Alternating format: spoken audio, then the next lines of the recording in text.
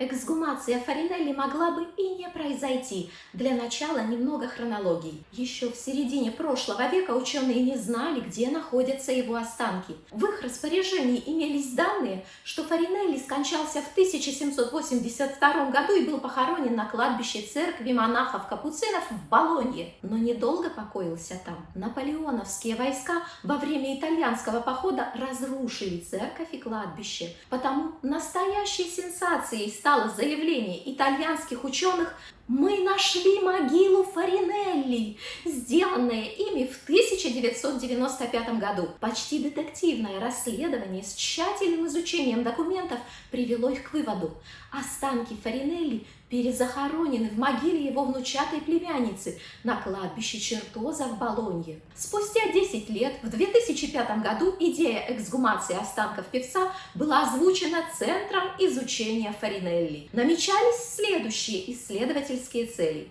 изучить при помощи современной аппаратуры влияние кастрации на мужской организм, подтвердить, что останки действительно принадлежат Фаринелли, сделать тесты ДНК, по возможности создать 3D-слепки, на основе которых в сочетании с сохранившимися портретами певца можно будет реконструировать его лицо. Несколько месяцев ушли на сбор необходимой документации, преодоление различных бюрократических формальностей, поиск подходящих сотрудников, спонсоров и так далее. Это вмешательство должно было стать первым в истории города Болонья, потому был разработан тщательный протокол, который мог бы послужить образцом для иных подобных случаев. К процедуре было привлечено множество специалистов не только из разных городов Италии, но также и из других стран – США и Испании. В эксгумации и последующих исследованиях останков Фаринелли участвовали антропологи, остеологи,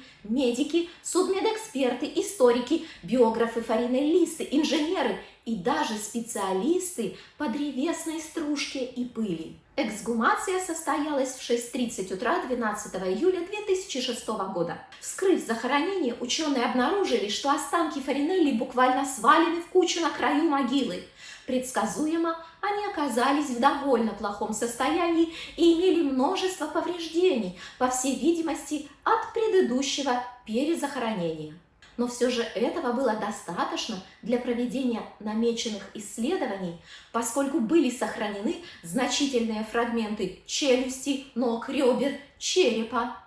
Результаты исследований отчасти совпали с ожиданиями ученых, отчасти преподнесли им сюрпризы. Скелет содержал признаки, подтверждающие довольно значительный возраст человека, что совпадает с профилем Фаринелли, скончавшимся в возрасте 77 лет. В первую очередь ожидаемым оказался остеопороз, на который указывали хрупкость и повышенная пористость костей, истончение их кортикального слоя, значительное расширение костно-мозговых полостей. Кроме того, обнаружился прижизненный перелом 4-го поясничного позвонка. Дегенерация костной ткани сопровождалась наличием остеофитов, патологических наростов по краям суставов. Но в эту картину возраста не вписывалось кое-что. Зоны роста костей эпифизарные, закрываются до 25 лет, после чего образуются эпифизарные же линии, которые через несколько лет исчезают. У исследуемых останков такие линии имелись. Это противоречит возрасту, на который указывали другие признаки, но в то же время вполне соответствует тому, что скелет принадлежит Фаринелли. Снижение уровня тестостерона вследствие кастрации влечет за собой отложенное закрытие эпифизарных зон и позднее стирание эпифизарных линий. Этим и объясняется необычный даже для нашего времени рост многих кастратов, сделавший их не только предметом восхищения и трепета, но и объектом карикатур. Рост Фаринелли ученые оценили по единственной длинной кости, сохранившей свою целостность – правой локтевой. По примерным оценкам, рост певца составлял 190-192 сантиметра. Не правда ли? Даже в наше время это очень высокий человек. На останках были также обнаружены признаки лобного внутреннего гиперостоза. Это заболевание характеризуется доброкачественными образованиями на внутренней поверхности лобной кости. Этиология этого заболевания не установлена, но известно, что данное состояние часто сопровождает гормональные дисфункции и различные нарушения обмена веществ. Все случаи заболевания, обнаруженные у мужчин, связаны с нарушением половых гормонов. Феминизация или атрофия яичек, гиподинамизм, синдром Клайнфельтера, синдром Калмана. В случае Фаринелли это обусловлено, конечно, кастрацией. Существует определенная связь между этим заболеванием и синдромом Моргани-Стюарта-Морреля, который характеризуется головными болями и расстройствами поведения. Однако история жизни Фаринелли не показывает у него какого-либо психического или поведенческого расстройства. Тем не менее, у певца наблюдалась склонность к меланхолии, которая выражалась в крайней обеспокоенности состоянием его здоровья. Это мы узнаем регулярно в письмах к его лучшему другу Метастазио. Несмотря на это, Фаринелли всю жизнь сохранял хорошую память и оставался, что называется, в ясном уме до самой кончины. В останках певца был также обнаружен кальцифицированный узел, который, как предполагают ученые, мог возникнуть под действием туберкулезной бациллы. Нет никаких четких сведений о туберкулезе у Фаринелли, но ученые предполагают, что заболевание могло протекать практически бессимптомно. В версию о туберкулезе, например, укладываются те лихорадочные приступы, которые случались у певца регулярно как в период пребывания в Испании с 32 до 55 лет, так и в последние годы жизни его в Италии. И тот же Метастазио неоднократно советует Фаринелли сменить место жительства на то, в котором качество воздуха будет лучше. Конечно, очень важную информацию о человеке дают еще и зубы. В данном случае уцелели 25 из 32, а про оставшиеся нет возможности сказать, были ли они утрачены при жизни или в ходе перемещения останков в другую могилу. Ученые подчеркивают, что такое количество сохранившихся зубов – это довольно исключительный случай с учетом возраста Фаринелли и того исторического периода, в котором он жил. При этом кариес был обнаружен только на 2 из сохранившихся зубов, что тоже является довольно редким случаем. Однако исследователи выявили другую стоматологическую проблему – гипоплазию эмали в виде горизонтальных бороздок на щечной стороне зубов. Данный дефект отсутствует лишь на одном зубе певца, третьем моляре справа. Ученые связывают это с вредоносными факторами, имевшими место в фазе формирования зубной эмали. Такими факторами, например, у Фаринелли могут быть недостаточность питания или инфекционные заболевания, которые певец перенес в раннем детстве. Но в целом состояние зубов исполнителя указывает, что певец хорошо ухаживал за ними и использовал специальные средства для чистки, причем не очень абразивного типа. В ту эпоху, то есть в 18 столетии, медики уже обладали некоторыми познаниями в этой области. Они не рекомендовали применять металлические или деревянные зубочистки. Зубные щетки еще не были распространены, а первая современного образца зубная щетка была введена в массовое производство только в 1780 году. Потому в период жизни Фаринелли для чистки зубов использовались кусочки ткани, губки, пропитанные теплой водой, небольшие кисточки. Однако в этот же период, как отмечают ученые, произошли некоторые перемены с качеством пищи. Она стала более деликатной, уменьшилось количество острых соусов, приобрели большую популярность нежные виды мяса, разные виды желе, увеличилось употребление овощей.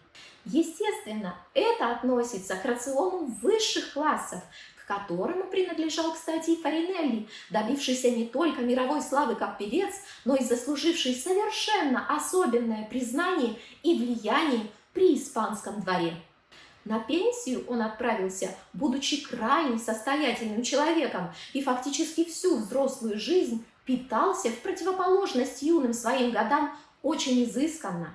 Из переписки Фаринелли все с тем же Метастазио мы узнаем об устрицах, дорогих видах рыбы, яблочном желе, шоколаде и так далее.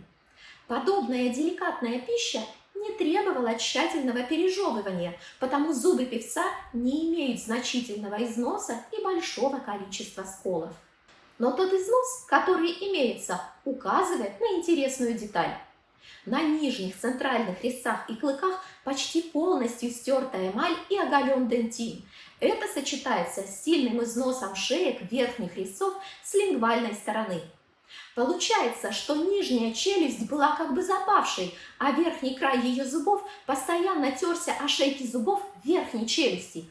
Но ученые полагают, что это связано не с неправильной постановкой нижней челюсти, а с ее недоразвитием относительно всего черепа. Сохранилось значительное количество портретов Фаринелли, и на них действительно прослеживается эта особенность. У певца очень аккуратный маленький подбородок. Кстати, это стало еще одной деталью, убедившей ученых в том, что исследуемые останки принадлежат великому певцу.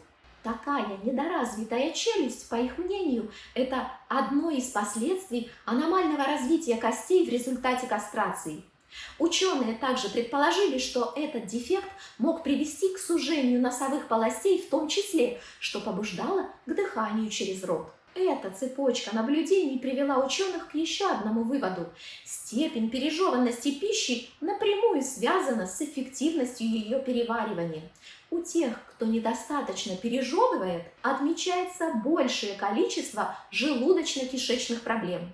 В корреспонденции Фаринелли имеется неоднократное указание на боль в животе хронического характера. Это тоже согласуется с состоянием его зубов.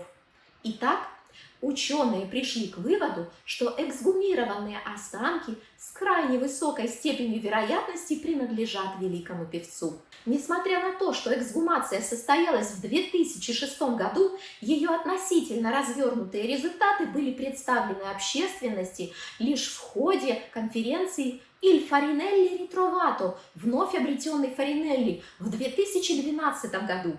По материалам именно этой конференции я и подготовила данный выпуск. Кстати, накануне эксгумации, еще в 2006 году ученые заявляли, что планируют реконструировать лицо певца, однако на данный момент до сих пор нет никакой информации об этом.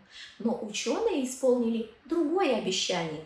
Тогда же, в 2006 они сообщали, что скорее всего будет произведена эксгумация кого-то другого из оставшихся великих кастратов для получения максимально полного знания о них. И действительно, в 2014 была произведена эксгумация и исследование останков Гаспаро Паккеротти. А про результаты этой эксгумации я расскажу вам уже в одном из следующих выпусков. Кстати, тем, кто впервые на моем канале, Зайка говорит, что у меня есть целый подкаст про певцов-кастратов. Он находится вот здесь. Не пропустите. На сегодня все. До новых встреч!